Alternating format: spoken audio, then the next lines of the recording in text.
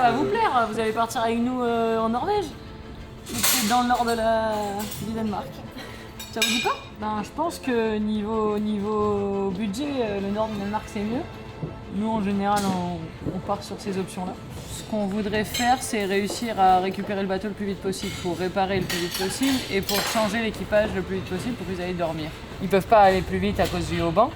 Nous on a le haubans, donc l'idée c'est s'arrêter pour pouvoir réparer ce haubans et pouvoir être dans les temps pour l'inshore. Ça c'est comme quand je pars en voyage. Je me fais des petites croix. Ça c'est Arus.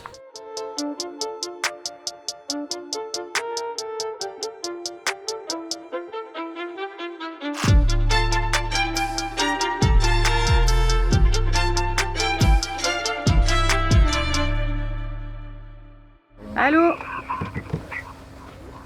Partir en vacances. Ouais, salut Paul, c'est Marc, Alizé et Marine. Oui, bonjour. Salut. Bon, on a trouvé le moyen de vous changer le haubans, du coup en Norvège, à Kristiansand. C'est mieux de faire ça? Bah, on pense que c'est mieux, comme ça vous permet de, une fois que c'est changé, de tester le bateau jusqu'à Arus et de vous préparer pour l'import directement.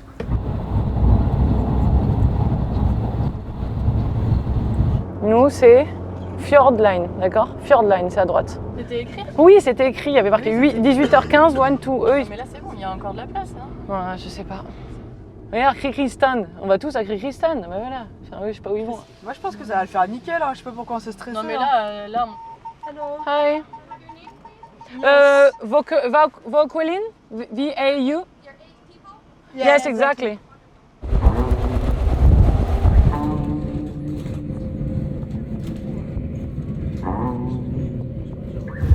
Oh, ça sent bon. Ouais, c'est pas mal. Ça sent la Norvège. C'est parfait, y a personne. Écoutez, c'est très bien ça. Déjà les pendillons ils sont tout propres. Putain, c'est pas Marseille bébé hein. Waouh.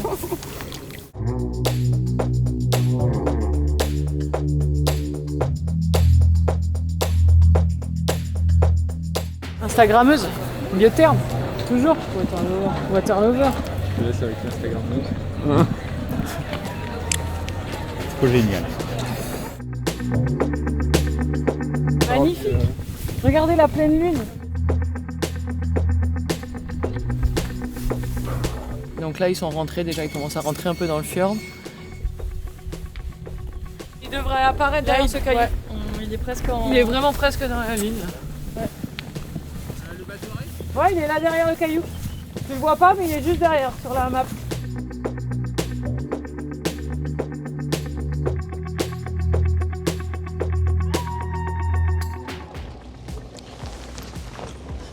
J'ai jamais fait la Norvège. Ah ben voilà. Vous aviez pas prévu hein? Nous non plus. L'important c'est qu'on soit là avec un mât. Ouais, je sais pas ce qui s'est passé, franchement. Non mais vous trouvez tout pas mal du coup. Ouais. Au Danemark non plus, c'est pas l'euro. Non, c'est la couronne du Danemark, chacun sa couronne. Hein. Et là, vous, le ferry, c'était où? C'est là. Ah, tu vas le prendre, hein. Il est là. Et au Danemark, il t'amène au nord, à 2 heures de route d'Arus. C'est quand même royal. On est à 4 heures.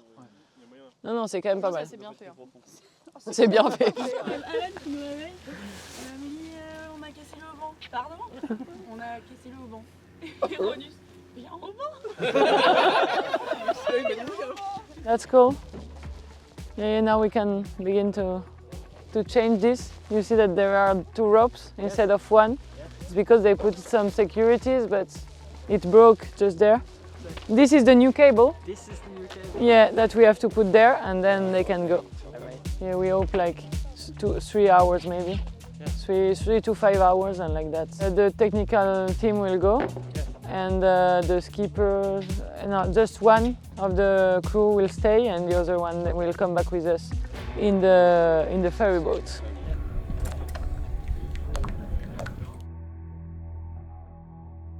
Le cimetière. Le cimetière biotherme. Un vérin, un haubans. Un OBR fatigué. Un anglais qui a mal au dos. Là, on est hyper à l'heure, il est moins 20. Non mais il faut qu'on arrête ça, hein. On perd du temps. On peut aller C'est pas rentable. pour un petit café. C'est tout beau là. Là, on est de quitter le fjord de Kristiansand. C'est quoi le nom? Bah ouais, c'était trop cool. Hein. Franchement, je trouve qu'il y a... On en rigole du mode à l'arrache, mais en fait, je pense que c'est juste, on essaye de faire simplement et avec les moyens qu'on a. Et simplement qu'on est moins que d'autres équipes, je pense, moins de personnes. Donc on est un peu tous à tout faire, à essayer de tout faire. Du coup, on fait comme on peut, on essaie de faire... on se retrouve beaucoup à faire en dernière minute, à prendre des décisions en dernière minute.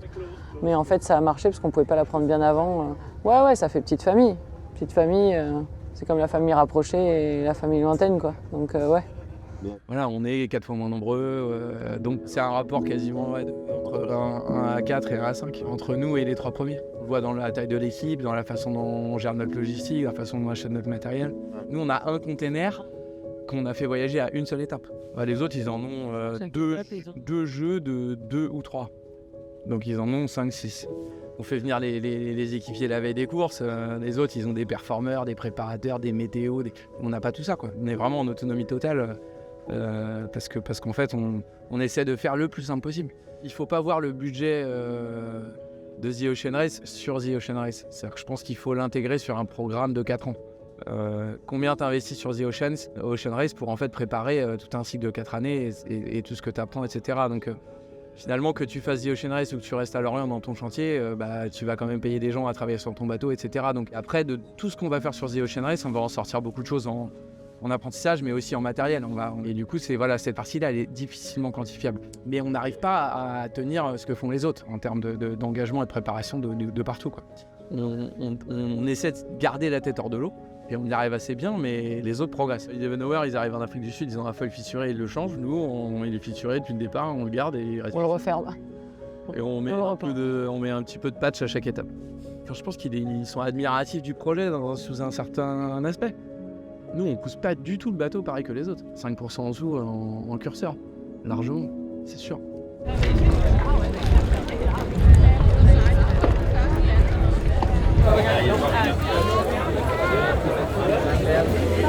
Ça va? J'arrive pas à savoir. Here they go, it's our team representing France. It's so good to have them back for us. Let's get on, give away, it's Beata!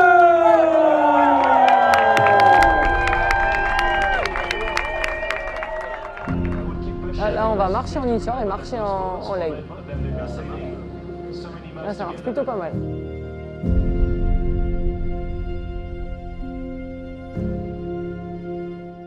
Je pense que le mât il tient bien. Tout tient bien, ils sont bien devant. Donc c'est cool, ça va les motiver un peu. Ils sont un peu fatigués quand même. Détends-toi, c'est pas fini. Hein.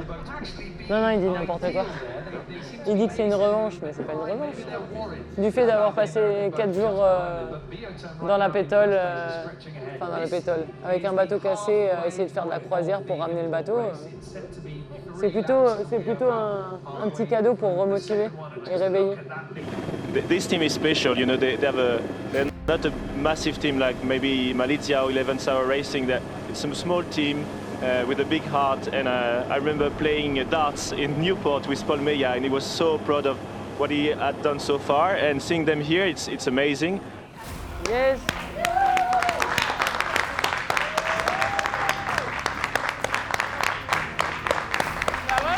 Allez.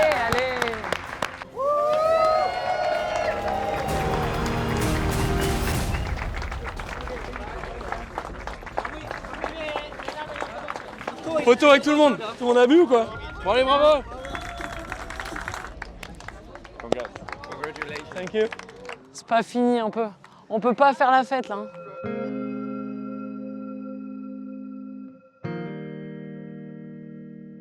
People here drive to the right. So we will stay to the right and you get into the next bike path, okay? I was here 10 years ago for a 49er championship and there was nothing. It's crazy. It was just under construction, nothing was there. And it's clean, it's organized, it's pretty nice, huh? Great. See, we need to have this in every town. it's cool to watch the boat, you know, and knowing that the performance are really good. But then, of course, when the accident happened, the first thought was about my friends, you know, like you never know if they are injured pretty bad or if you know if they are good. Yeah, that was quite tricky. I haven't slept in 30 hours. How are you feeling? Good. Good? Yeah. Yeah. I think we might take you up to the hospital. All right. Yeah. We're gonna take a picture for your mom. There it is. The winning helps for sure. That was the whole time I was thinking, it's taking this off is gonna be no fun. Often scissors are your best friend. I think it's part of a sport. You know that it's a bit risky, and you just go and and take the risk, you know. Biota, Malizia, and you know Holcim PRB, and Guyot. For me, it's different goals, you know, as you said. They have the goal of the Vendée Globe at the end. So I think this race is super important to understand how much they can push the boat and if the boat is reliable. And it's a big test for the team because at the end everybody is pushing the boat crazy hard out there. So I think even if you don't have too much budget or if this is not only your goal, I feel that you can still use it really well for all the projects that you're going ahead, you know. But you can also see that every single boat has amazing sailors on board. So it's like, yes, maybe someone has a bigger budget and then can afford having someone on board for 3 days and fly the person away. And someone else, you know, other team don't have the budget, but at the end, the sailors on board are incredible sailors. And I think that's why the race has been really close and really interesting because it's the best in the class, you know, the best in offshore sailing. We just do last leg is Charlie Charlie, and now we have Frank with Francesca, no? Francesca is a Frankie. Frankie, yeah. Okay, Frankie. Or remember. Franklin, or she has a lot of Only names. 5 on board. Yeah.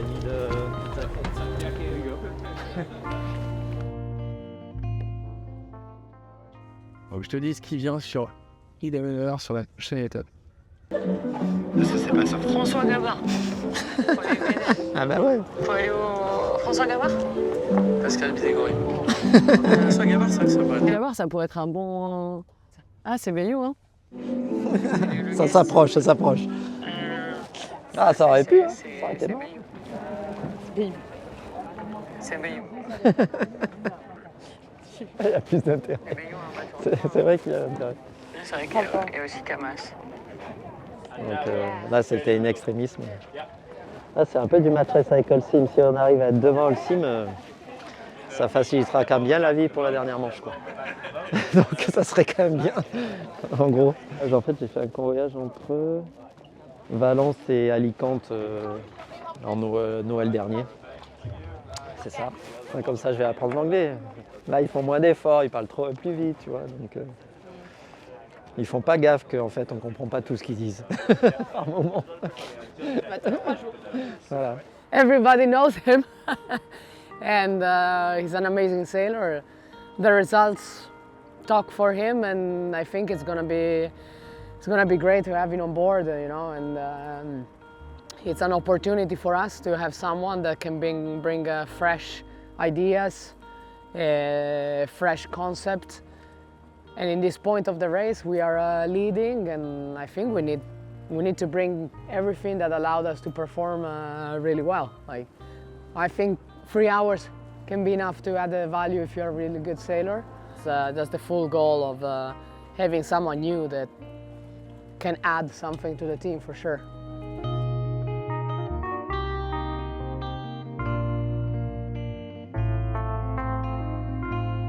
I need to learn some French though.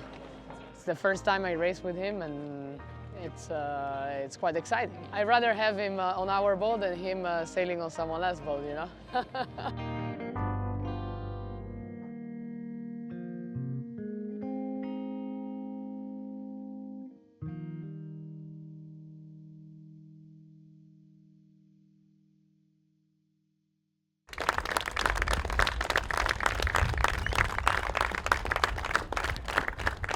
Bravo! On dit ça à tout le monde. C'était moins marrant plutôt dans la semaine. C'était moins bien fixé le marrant.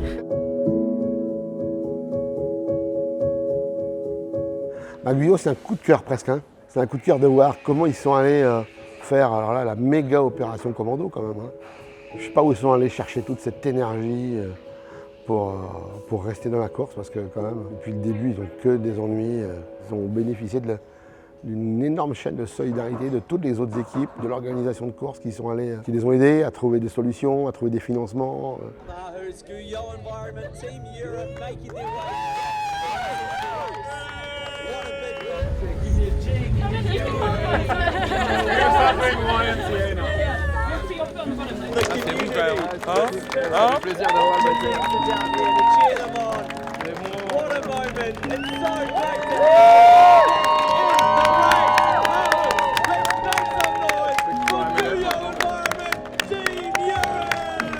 C'est une énorme récompense d'avoir autant de monde ici pour nous accueillir. On s'est senti un peu esselé là en Allemagne pendant 4-5 jours. Jusqu'au dernier moment, on ne savait pas trop si on allait pouvoir réussir à revenir. Je trouve que le travail paie, c'est qu'on est là aujourd'hui, l'accueil elle est trop bien. C'était dur pour Binge déjà de prendre des décisions parce qu'il y a plein d'autres choses que la compétition qui rentrent en jeu. En fait, il y a l'aspect financier, il y a mine de rien la fatigue de l'équipe. Et je t'avoue que j'ai eu pas mal la tête dans le guidon, donc je pense qu'on va m'expliquer tout ce qui s'est un peu passé. Mais de ce que j'ai compris, c'est qu'on doit remercier un peu toutes les équipes de nous avoir apporté leur soutien de quelque manière que ce soit. Et c'est aussi en grande partie grâce à eux qu'on est là aujourd'hui, je pense. C'est bon, on est de nouveau 5, il faut finir à 5. Hein. Mais c'est cool, hein.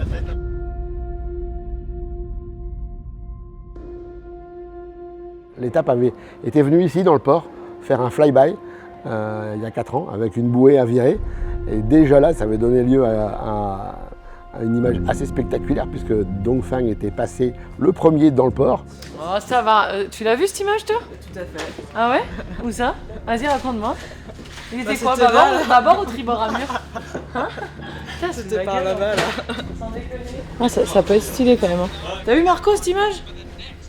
C'est ici?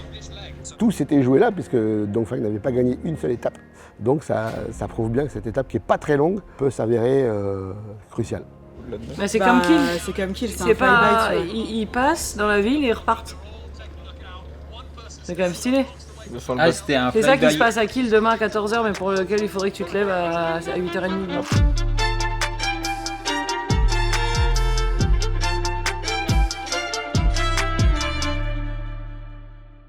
Ça va être court. Moi, on va pas s'embêter. Non, non, on s'arrête pas. Non, non, c'est bon. On aime bien voyager, mais là, ça ira. Ils vont se faire bouffer, ils vont se faire bouffer.